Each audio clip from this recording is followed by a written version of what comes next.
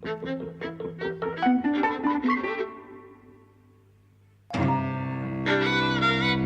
and welcome to Eavesdropping at the Movies. I'm Mike. And I'm José.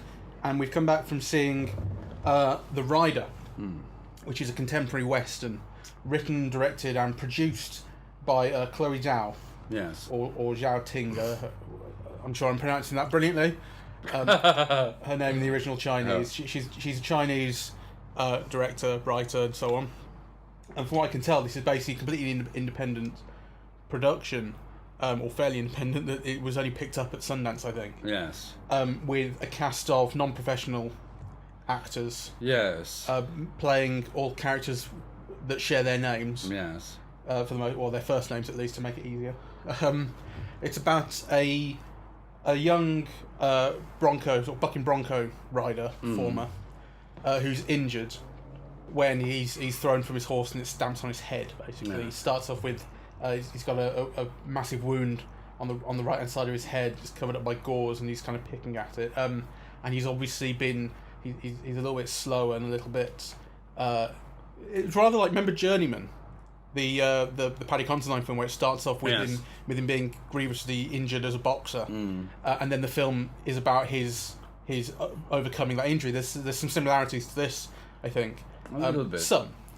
I wouldn't push it too much. But that's certainly how it kind of starts. He's got a sister with autism who's about 14, 15 years old.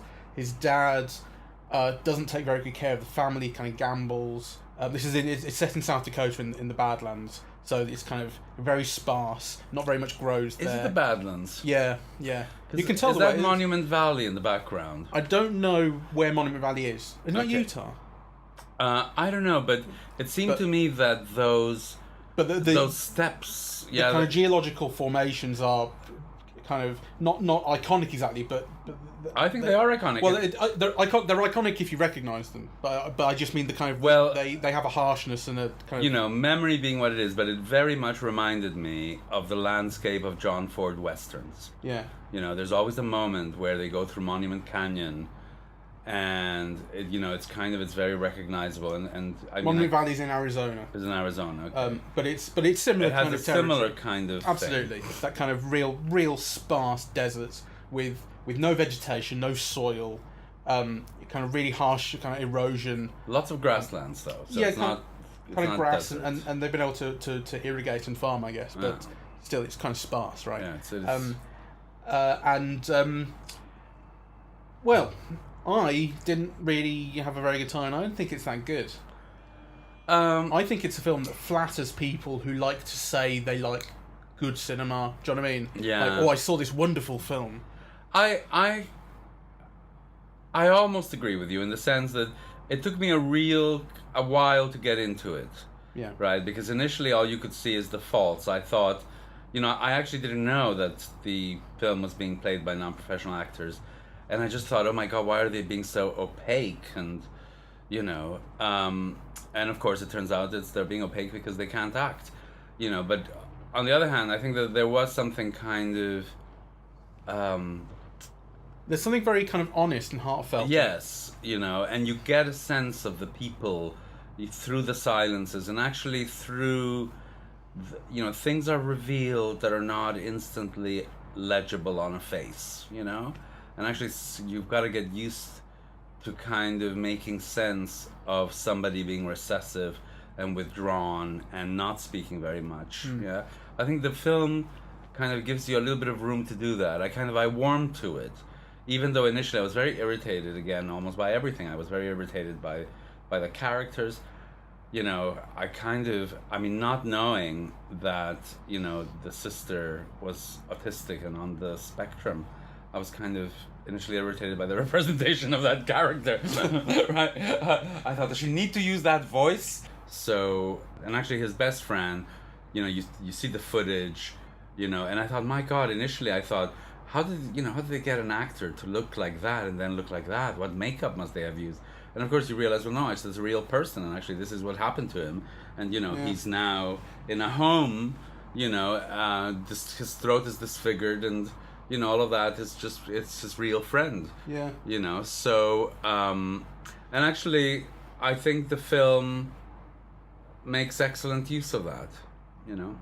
Yeah, I mean there's certainly noted a focus on kind of physical and mental degeneration amongst people who are really too young to be experiencing that, Yes. and it's self-inflicted through the sport. I mean, I'll come out and say I think it's a stupid sport, and there's no need for it. But clearly, it's a kind of way of life. Yeah. And that's what the film is talking about. And But it's a limited way of life. And actually, one of the things where I couldn't buy into the film all the way through is, you know, I hate the film's theme, right? Because, you know, part of the film's theme is, well, you know, you're born to be a cowboy. It's like your calling, and if you can't ride, you can't live. And you think, fuck off. Being a cowboy was a way of making a living in a predetermined time. You know, it's not a spiritual quest. And actually, it's a sign of the impoverishment of a nation, you know, that kind of makes you think that those are your only options, right? And you see that kind of... So, you know, what I love about the film is it brings dignity to each character. Like, yeah. But actually, what I hated about the film is that it takes certain things as a given, you know, like kind of, you know, there are more options for men, really, than those presented. Even, you know, in the place that they live, that's clearly a place that has no options. It reminded me very much of a series of films that I talked about a few years ago, which I called, you know, Mourning for America. So, the film that made Jennifer Lawrence star is one of them. Lovely Bones? Or... No, but something like that. Winter's Bone. Winter's Bone, you know, because that's in a rural place, and actually I had scenes that reminded me of it. So, for example, you know, in Winter's Bone, you know, they have to learn how to shoot squirrel to eat. Yeah. Here, you see him going into the fields to kill something. I initially thought it was a rabbit, you know. It looked like a rabbit to me. Well, I thought it was a rabbit, but then when you see it being chopped up, the ears weren't rabbit ears. Maybe it's just a shit-eared rabbit. Yes.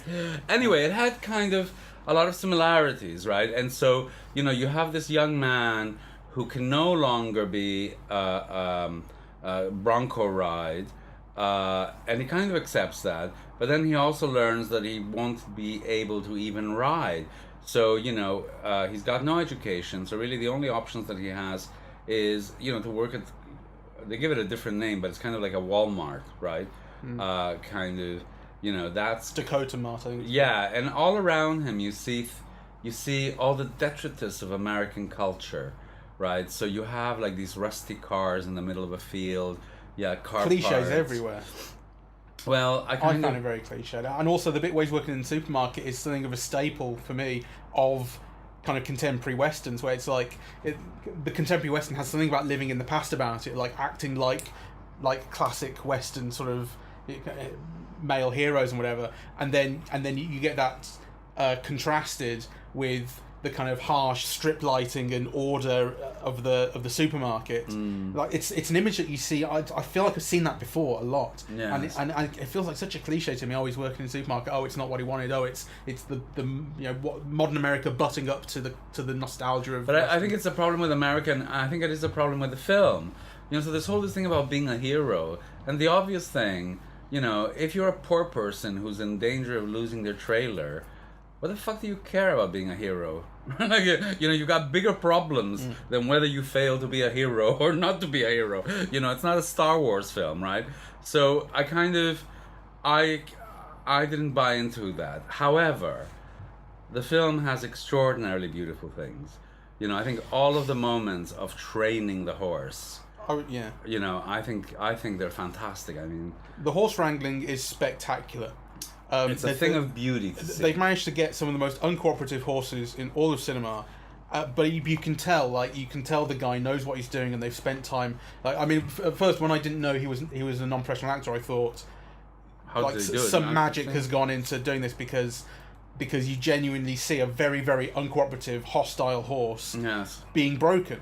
becoming kind of tolerant of having a person on his back, and it's amazing. And it's an extended sequence. There's a YouTube video of someone doing exactly that, which it reminded me of basically. Like I thought, this is really not a film now. This is just a YouTube video that I've seen. Well, I mean, it is amazing. I come from a family of farmers, so one of my childhood memories is actually kind of seeing my uncles with training the horses, and compared to my uncles, who I always thought were very expert in this guy's an artist, and it's actually beautiful to see. And it's one of those things about working with animals is, especially doing something as involved as this. If you can't sell that on screen, then you've got nothing. Yeah. And of course, and now that I know that the guy actually has this experience, is doing it for real, obviously that explains it. But yes.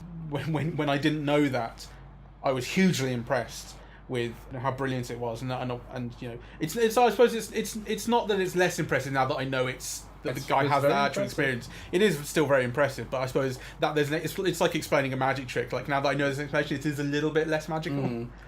Other things that bothered me about the film.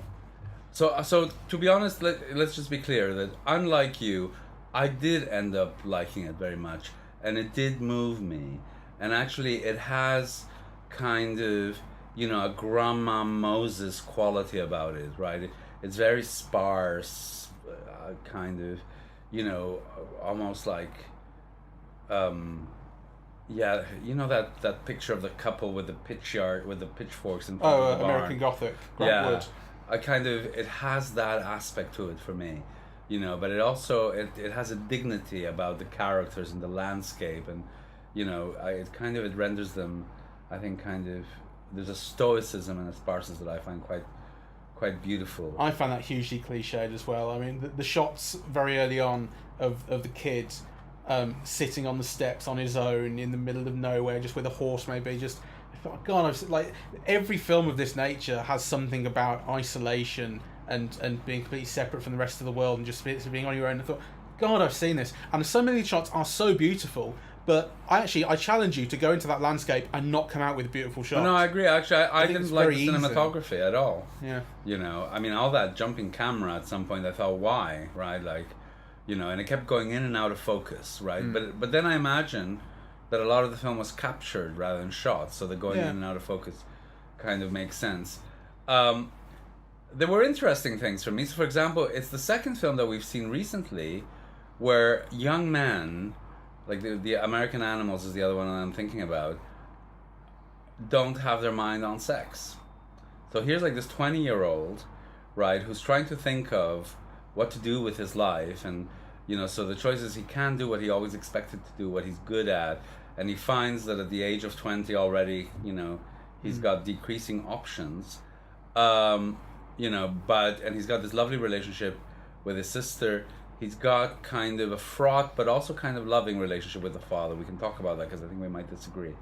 But I again find it odd that these young men have no thought of sex or girlfriends or women or men on the horizon. The difference between the two films I would pick up on is that in American Animals, it's that they have no ambition for anything really. They are bored and kind of dispossessed and all the rest. Whereas in this, his mind is set on getting back to doing what he riding is his passion. I know, but so it's not that he has no passion for anything. Like he does. It's just the sex isn't. But let me give you a counterexample, because for example, you have all the boxing films like John Garfield in Body and Soul, and he's meant to be the same age, right? Like 20 or in his 20s, and he only thinks about boxing. But he's got a girlfriend, and and he wants to get married, and he wants to have a family, and and it keeps getting delayed because of the narrative, but I find it. But that is I appreciate that, but that is a notable difference between this and American Animals. I don't think they are that comparable. I appreciate the difference, but it's just interesting that we've seen two films, one with lots of men in their 20s, and there's not a mention of sex. And I'm not even saying it's a negative thing. In this instance, in the other film, I thought it was a negative thing because to have all of them completely uninterested in sex just felt untrue. I disagree with you on that. I think that film was making a point about it. But, okay, well, we disagree on that. But it's just kind of something interesting and rather remarkable that two films, come out so close to each other with characters, who are basically for which sex and the sex drive is so down their list of priorities that the film doesn't even mention them. Yeah, fair enough. I quite like the ending, and I wasn't expecting to. Because as much as I disliked the sort of the idea, the film starts to talk about the idea of destiny and purpose, and a rider rides, and that's his whole thing. And like That's so stupid. God gives us all a purpose, and the horses do this, and the fish do that, and riders ride. And then he gets to the point where the film gives him this choice. So basically, he's been told all throughout, you cannot go back to riding because you're going to kill yourself doing this. Yes. You know, you're already having these complex partial seizures that your fist, you can't unclench your fist. You know, it's going to get worse and worse and worse if you keep doing this. But of course he wants to, and so he gets that final scene where he says, "I'm going to return. I'm going to start. I'm going to ride again," and the film gives him that absolute binary choice of his dad and his sister are over there supporting him, but reluctantly so, and all the riders are there, his mates, the lads basically, who are like happy to see him back. And I kind of was concerned really that he would ride again, and I thought that if that happened, the film wouldn't be suggesting it was like supportive of that. Like it didn't feel like the film would endorse that. It would know that it was the wrong thing to do, but it would be suggesting that like it is his destiny and that's what he has to do. And I really liked the fact. I really appreciated the fact that he gives it up and goes back to his family. That felt like an appropriate, the right decision, and I liked it. Yes, the film would have been unbearable and stupid otherwise. Yeah. I felt relieved by it. Yes. Well, I kind of, but I suppose I'm not sure that the entire film, despite the fact that it ends that way, I'm not sure that the entire film really embodies that message or is really saying that. Like, somehow it still feels dishonest. I don't know. No, I don't think it feels... Dishonest is harsh. I think it feels uncritical. Okay. Rather than dishonest, right? It's so concerned with being respectful of, these people and this way of life that actually it remains uncritical of what structural absences helps construct this way of thinking, and actually you get a sense that there are real kind of the country hasn't done its duty by its people. They're uneducated, they're hemmed in, they're kind of left without options. There are people who live in a trailer and who are in danger of losing their home. Right, and and there's very little way out of there. So so this is the thing that gives people joy and hope, and even that's kind of taken away from them, right? So what remains is family at the end, right?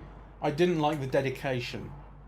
I wrote it down because it's dedication that comes up as soon as the film ends. It says, dedicated to all the riders who live their lives 8 seconds at a time. I thought that was stupid as well, and I didn't like that because I think that is that thing of it is follow your dream. The thing follow your dreams. Like again, I hated that as well when the Lane, the kid who's been horribly injured and is now in the assisted living facility, he kind of signs out laboriously to the kids. Follow your dreams. Don't give up on your dreams, he says. Yeah. I'm thinking like, won't someone let him give up on his dreams? Like it's not the right place for him to be. Get another dream. Find a girlfriend.